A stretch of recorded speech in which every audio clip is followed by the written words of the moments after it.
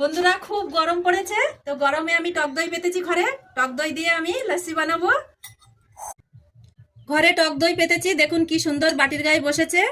এই টক দই দিয়ে লস্যি বানাবো। এতে দিয়ে দেবো বিট লবণ, চিনি,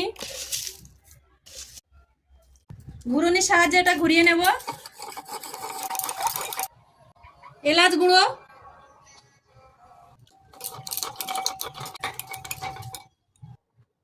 বরফ দিয়ে দেবো, গ্লাসে ঢেলে নেব লস্যি।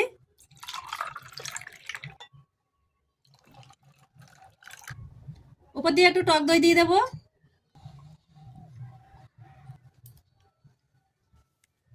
গরমে ঠান্ডা ঠান্ডা লস্যি একদম রেডি। শান্তি।